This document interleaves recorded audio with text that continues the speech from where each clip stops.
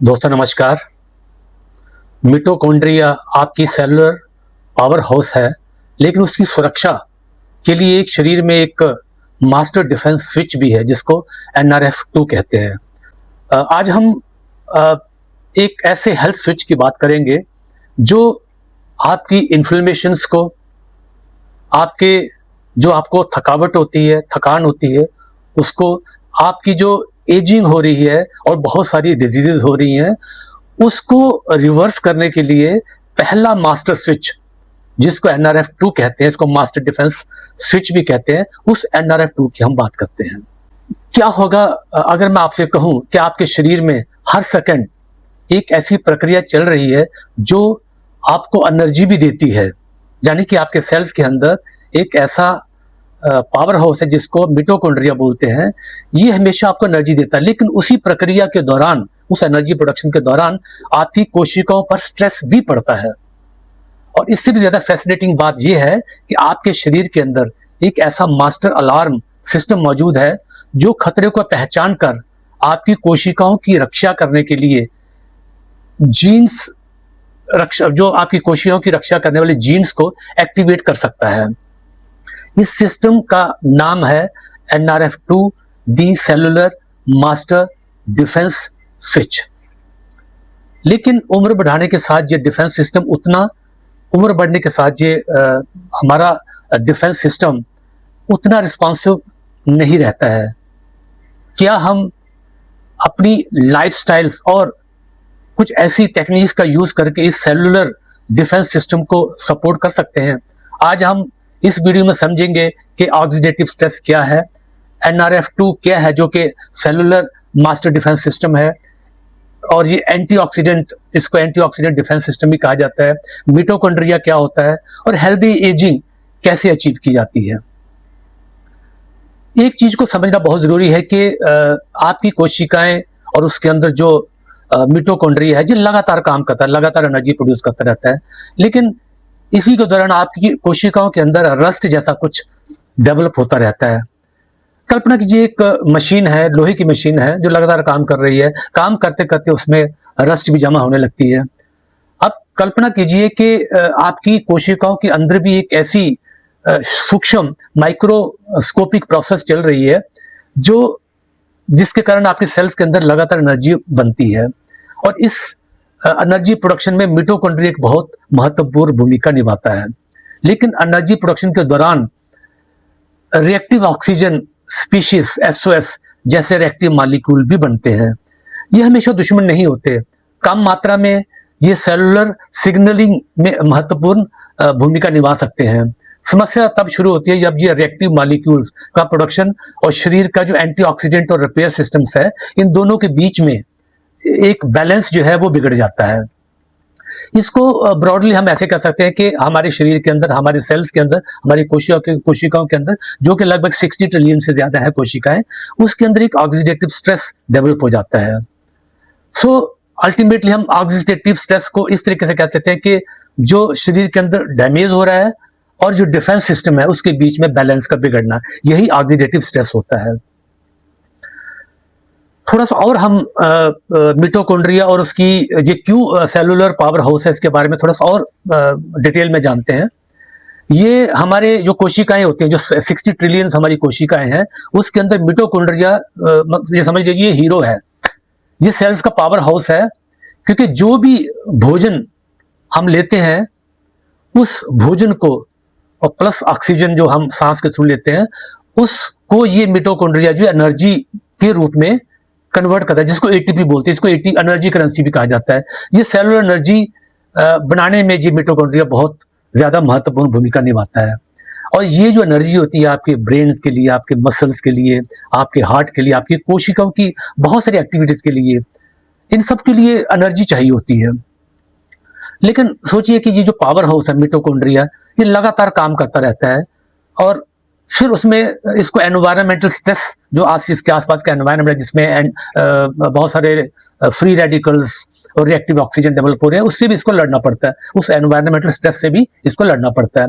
इसलिए इसकी मेंटेनेंस बहुत जरूरी है। तो सेलुलर लेवल पे, कोशिका लेवल पे एक बेसिक प्रिंसिपल लागू होता है।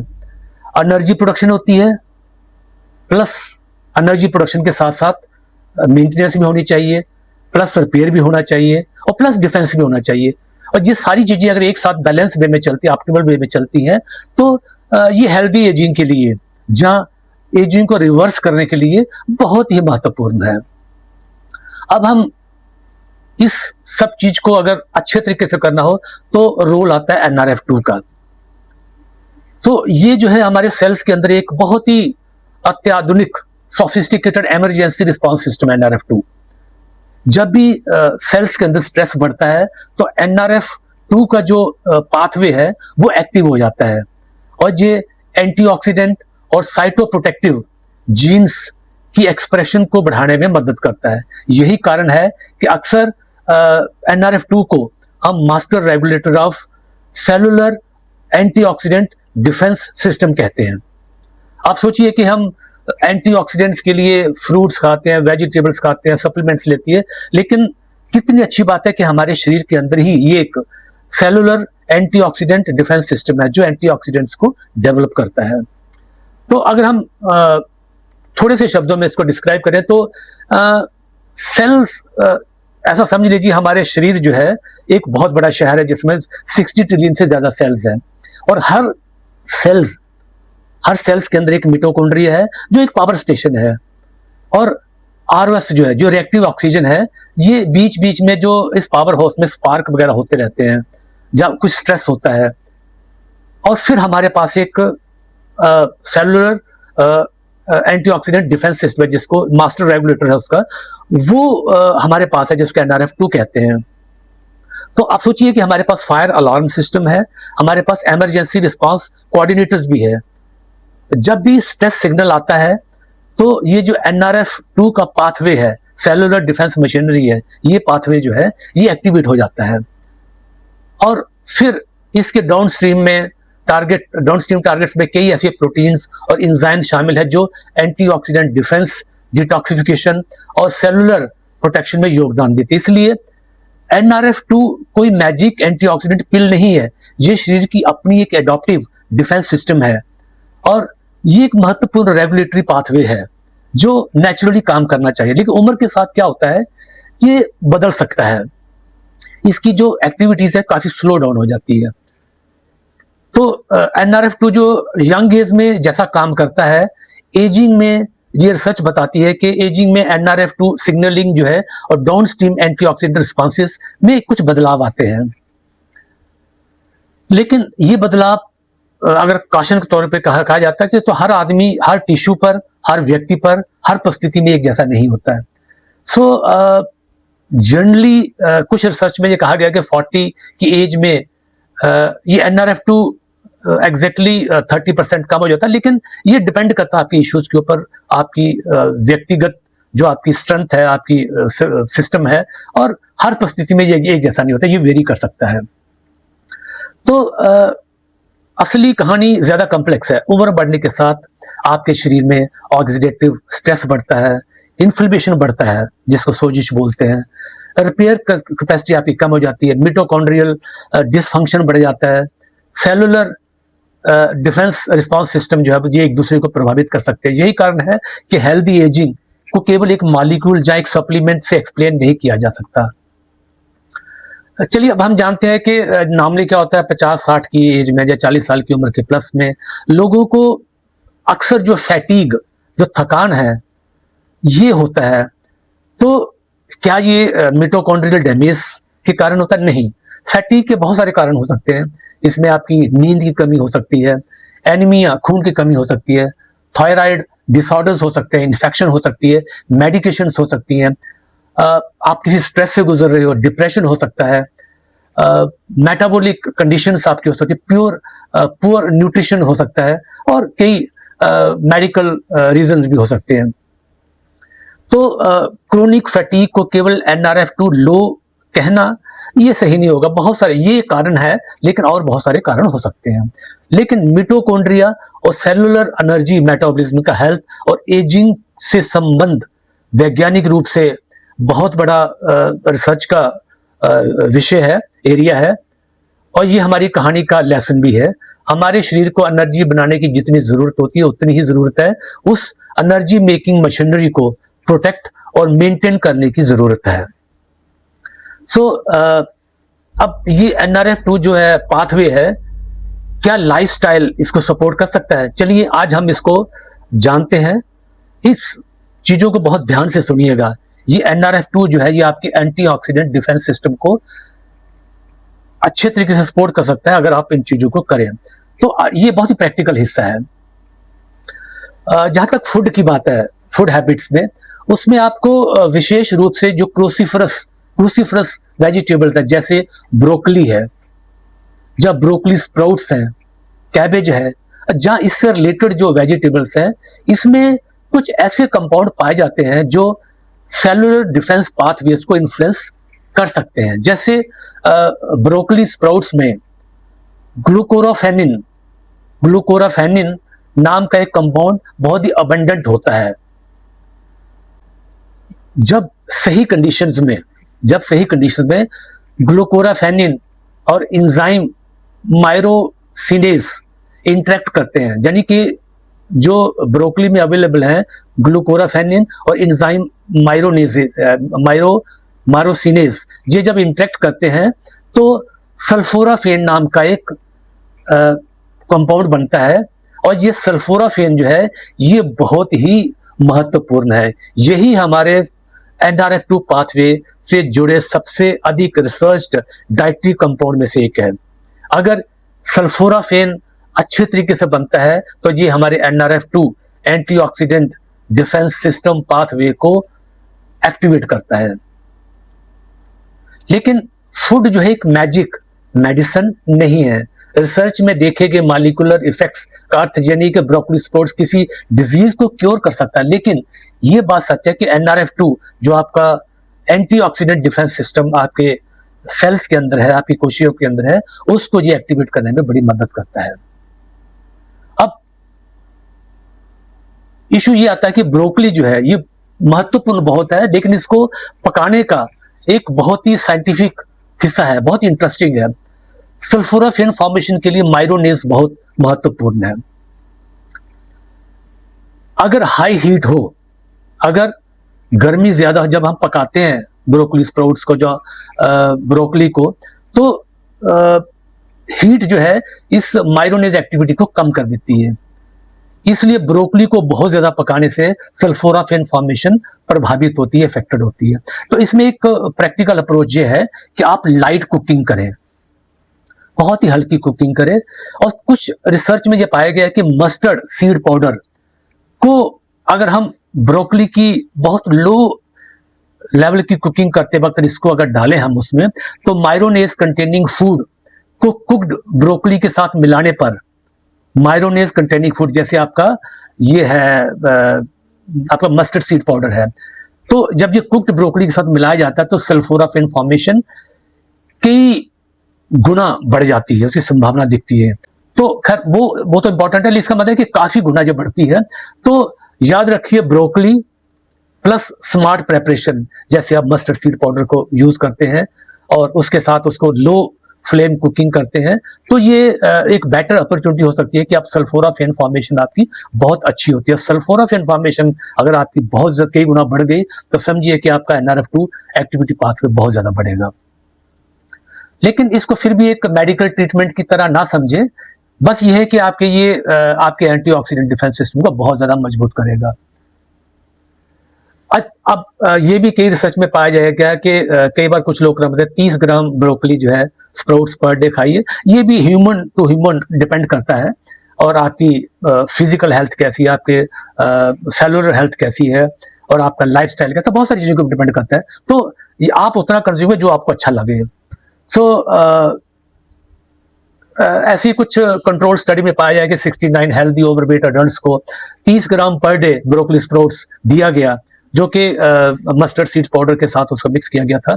तो उनमें सल्फोराफेन रिलेटेड मेटाबॉलिक्स और डिटॉक्सिफिकेशन पाथवेज काफी उसमें बदलाव देखे गए। लेकिन इसका मतलब ये नहीं है कि हर एक को 30 ग्राम ही खाना चाहिए। हो सकता है किसी की रिक्वायरमेंट ज्यादा खाने की हो, वो थोड़ा ज़्यादा खा सकता है, जहाँ आपकी रिक्वायरमेंट के साथ आप, लेकिन ये बात निश्चित है कि एनआरएफ2 एक्टिविटी निश्चित बढ़ जाएगी। तो दूसरा जो इसमें चीज है जो आपकी एनआरएफ2 एक्टिविटी को बढ़ा सकता है, ये तो फूड वाली बात होगी। अब हम दूसरा कारण बताते हैं जो आपकी एनआरएफ2 एक्टिविटी को, फैक्टर जो आपका बढ़ा सकता है एनआरएफ2 एक्टिविटी को, वो है आपका और ये बहुत ही फैसिनेटिंग है।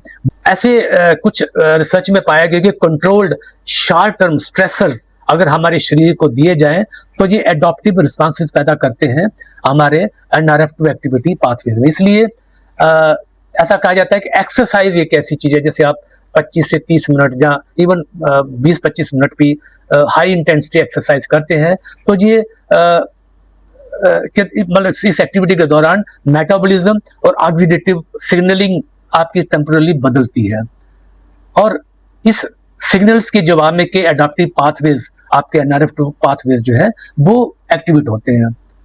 यानी कि एक्सरसाइज से जो कंट्रोल स्ट्रेस हुआ उसके कारण आपके एनआरएफ2 एक्टिविटी बड़ी, आपकी एक्टिवेट हुई, उसको इस प्रोसेस को, इस कंसेप्ट को हम कहते हैं हार्मिसिस। यानी कि हार्मिसिस का मतलब होता है small controlled challenge which can stimulate adaptation in NRF two activity pathways. लेकिन इसका मतलब ये नहीं है कि जितना ज्यादा स्ट्रेस हो उतनी ज्यादा हेल्थ नहीं। बैलेंस बहुत महत्वपूर्ण है।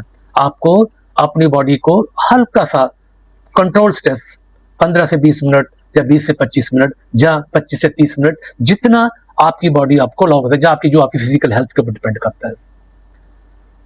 कुछ रिसर्च में यह भी पाया गया है कि कोल्ड एक्सपोजर, जो कोल्ड इमर्शन भी सेलुलर रिस्पांस पाथवेज को एक्टिवेट करता है। इसके ऊपर हम ये कह सकते हैं ये आपकी वही फिजिकल बॉडी, आपकी फिजिकल हेल्थ और आपके सेलुलर डिफेंस सिस्टम के ऊपर डिपेंड करता है। नामली ये कहा जाता है कि अगर वाटर का टेम्परेचर 10 डिग्री सेंटीग्रेड के आसपास है तो 2 मिनट बैठने से आपका एनआरएफ2 अगले 6 घंटे एक्टिवेट रहेगा। तो डेफिनेटली ये सेलुलर स्ट्रेस रिस्पांस पाथवेज को ये एक्टिवेट करता है। लेकिन ये इस तरह की एक्टिविटीज को करने के लिए आप डेफिनेटली किसी एक क्वालिफाइड डॉक्टर्स की, एक मेडिकल प्रोफेशनल की जरूर मदद ले, हेल्प ले, कि सडन कोल्ड एक्सपोजर जो है कार्डियोवैस्कुलर स्ट्रेस को बढ़ा सकता है, खासतौर पे जिनको कार्डियोवैस्कुलर इश्यूज हैं। अगर कोई व्यक्ति हार्ट डिजीज से, अनकंट्रोल्ड ब्लड प्रेशर या सर्कुलेशन प्रॉब्लम या कोई और मेडिकल कंडीशन से जूझ रहा है तो कोल्ड इमर्शन जैसी प्रैक्टिस शुरू करने से पहले आप अपने डॉक्टर से जरूर बात करें। और हेल्दी व्यक्ति भी इसे धीरे धीरे और सेफ्टी अप्रोच से ही करें। कोल्ड इज ए स्टिमुलस, फिर मैं कहता हूं कोल्ड एक स्टिमुलस है, ये मिरेकल क्योर नहीं है। एक और बहुत अच्छी चीज है हमारी किचन में जिसको हम बहुत ही इंटरेस्टिंग फूड आइटम्स कह सकते हैं, वो है करकुमिन और ब्लैक पेपर, यानी कि हल्दी और काली मिर्च। टर्मरिक जो है उसके अंदर एक बायोएक्टिव कंपाउंड है जिसे करकुमिन बोलते हैं। करकुमिन जो होता है ये सेलुलर एंटीऑक्सीडेंट और इन्फ्लेमेटरी सिग्नलिंग पाथवेज पर रिसर्च का हमेशा विषय रहा है और एक्सपेरिमेंटल मॉडल में एनआरएफ2 रिलेटेड एक्टिविटी के पाथवे से भी इसको जोड़ा जाता है। लेकिन करकुमिन की खासियत यह है कि इसकी बायो अवेलेबिलिटी इसकी नेचुरली लो होती है। 1998 की एक ह्यूमन स्टडी में पाया गया है कि ब्लैक पेपर के अंदर एक पिपरिन नाम का एक एक्टिव कंपाउंड होता है, पिपरिन। अगर उसको करकुमिन के साथ दिया जाए तो ये जो मेजर्ड बायो अवेलेबिलिटी है ये 20 गुना ज्यादा बढ़ सकती है। लेकिन इसका मतलब ये नहीं है कि आपकी जो हेल्थ है वो 20 गुना ज्यादा बढ़ जाएगी। हाँ, मतलब बायो अवेलेबिलिटी मेजरमेंट है ये, लेकिन हेल्थ आउटकम नहीं है। इसको आपको अपना जो आपका हेल्थ स्टाइल है, जो आपका लाइफ स्टाइल है और बहुत सारी चीजें उस पर काम करती हैं। हाँ, ये आपके एनआरएफ2 एक्टिविटी को काफी बढ़ाता है। तो हमारा जो फर्स्ट डिफेंस लेयर है वो क्या है? अब हम इस पूरा जो हमने अभी तक डिस्कस किया है उसको हम एक बहुत ही सिंपल भाषा में समझने की कोशिश करते हैं। लेयर 1 सेलुलर डिफेंस सिस्टम है। आज हमने इस वीडियो में पहली लेयर, जो डिफेंस सिस्टम की जो पहली लेयर है उसकी बात की है, जिसको एनआरएफ2 कहते हैं। ये कैसे काम करती है? Balanced nutrition. आपको बैलेंस न्यूट्रिशन अपने लाइफ में शामिल करना है। खास तौर पे क्रूसीफरस वेजिटेबल्स को आपको ऐड करना अपनी डाइट में। इससे क्या होता है, सल्फोराफेन रिलेटेड सिग्नलिंग आपकी काफी मजबूत होती है, एक्टिवेट होती है। इससे एक्टिवेट होने से आपका NRF2 पाथवे जो है वो एक्टिवेट होता है। जैसे ही एक्टिवेट होता है तो आपका एंटीऑक्सीडेंट और साइटोप्रोटेक्टिव डिफेंस सिस्टम वो ऑप्टिमली एक्टिवेट हो जाता है, और इससे आपको जो कोशिकाओं का जो सेलुलर रेजिलियंस जो है वो आपका उसको ये बेटर सपोर्ट करता है।